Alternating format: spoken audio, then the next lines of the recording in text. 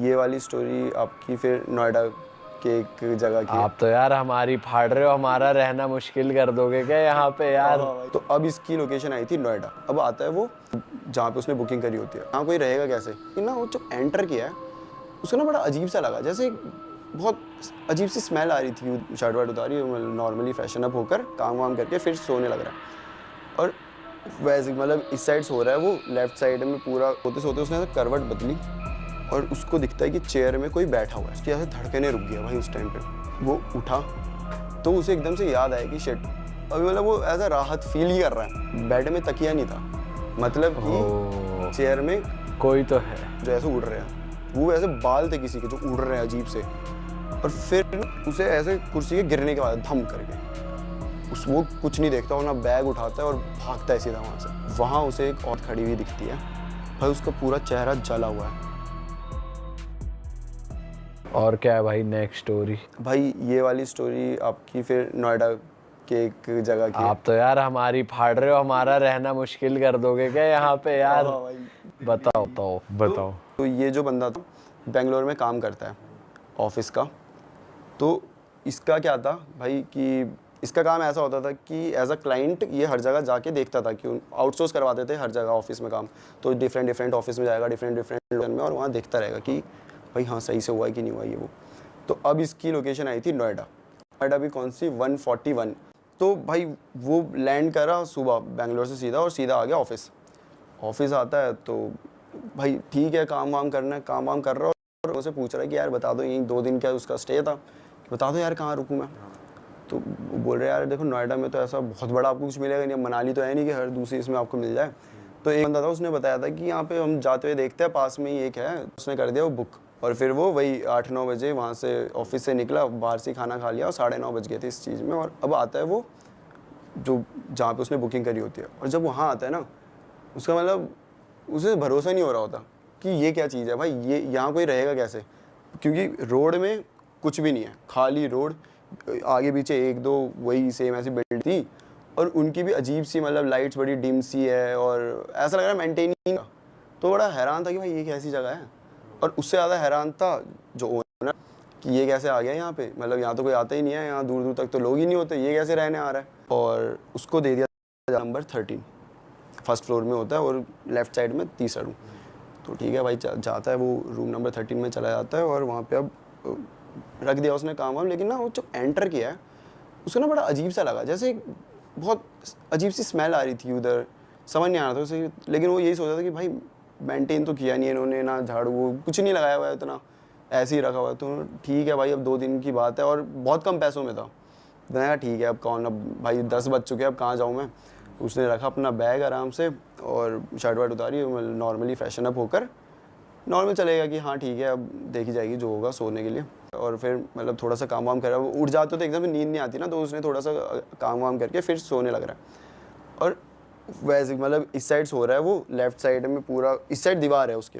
तो सोते सोते उसने ऐसा करवट बदली और उसको दिखता है कि चेयर में कोई बैठा हुआ है, और उसकी ऐसे धड़कने रुक गया भाई। उस टाइम पे वो उठा तो उसे एकदम से याद आया कि शिट, चेयर पे बैग भी वहीं रखी हुई थी। तो वो ऐसा इल्यूजन सा क्रिएट हो रहा था कि कोई अक्सर हो जाता है ये। हाँ, लेकिन कोई था रखा नहीं सामान है, लगता आदमी बैठा। हाँ, तो उसे ऐसा लगा कि कोई नहीं है ऐसा वैसा। और अभी मतलब वो ऐसा राहत फील ही कर रहा है कि हाँ कुछ नहीं है। तब उसे एकदम से रियलाइज़ होता है कि ना बेड में तकिया नहीं था। तो उसने वो जो बैग रखा था, वो बैग को ऐसा तकिया यूज़ कर लिया था, जिसके ऊपर अभी उसका गर्दन है। मतलब कि चेयर में कोई तो है। हाँ, बैग नहीं है, कुछ वो और चीज़ है। हाँ। तो उसे एकदम हिट करा, फिर वो ऐसा हो गया शिट।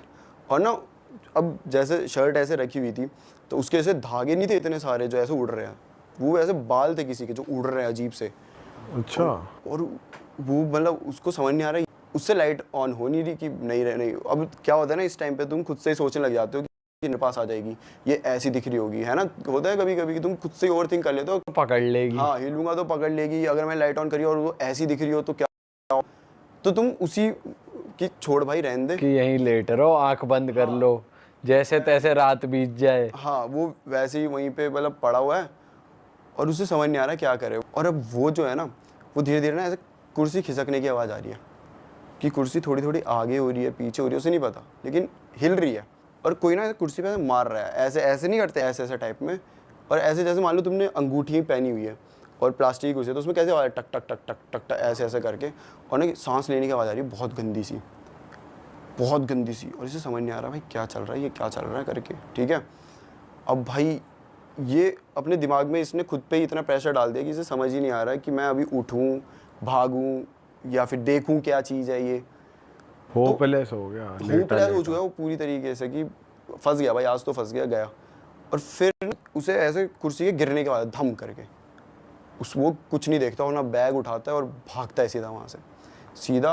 अब होटल से बाहर ही आ गया वो, मतलब रुका ही नहीं कहीं, बाहर आके अब नंगा धड़ंगा जैसा था, बाहर आ गया बैग लेके। हाँ, मतलब वो उसने घर के कपड़े पहने हुए थे, नाइट सूट। हाँ वैसा, तो बाहर आ गया। और वो जो रिसेप्शन में उसका ओनर था, ठीक है, वो भी नहीं दिख रहा कहीं, वो चिल्ला रहा है कि कोई है, कोई नहीं है वहाँ पे। अब ये बाहर आके खड़ा है और उसने दिमाग में ऐसा बना दिया कि अब वो ऐसे खड़ा है, राइट भी देखे तो उसे लग रहा है कि यही दिख जाएगी, पीछे देखे तो लग रहा है पीछे ही दिख जाएगी, और खड़ा है और समझ नहीं आ रहा क्या करे।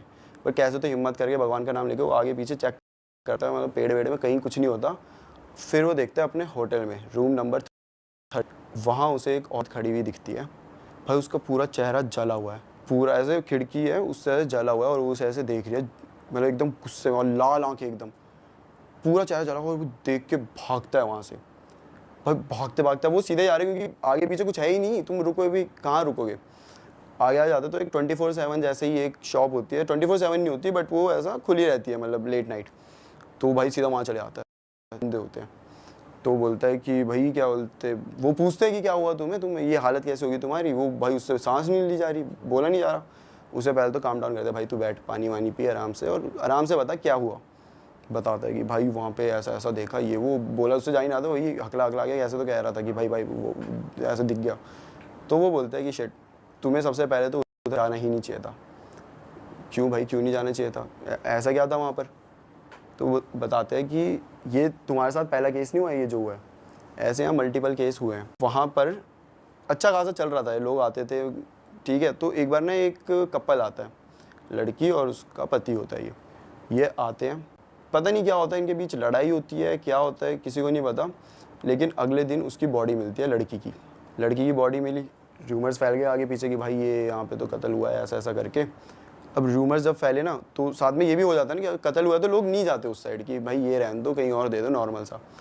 तो ऐसे करके सब उसे 13 को ऐसे करने लगे, नहीं भाई ये नहीं चाहिए। और ऐसे करते करते धीरे धीरे उसकी ब्रांच भी थी, मतलब उसका ये एक ही नहीं था, इसके ऐसे ही नाम के और भी 2-3 थे। अब लोग वहाँ जाने ही नहीं लगे एक टाइम बाद, क्योंकि ना उन्हें वहाँ ऐसा लगता था कि ये औरत घूम रही है। जो हॉल है उसमें आवाज़ें आ रही है किसी के चलने की, ऐसा हो रहा है। कोई 13 में तो रुकते नहीं थे, 12-11 कहीं पे रुकते, उन्हें ऐसे कभी कोई दिख भी जाता था, अचानक से दिख गया, वैसे जैसे उसे रूम 13 में देखा था वैसे ही।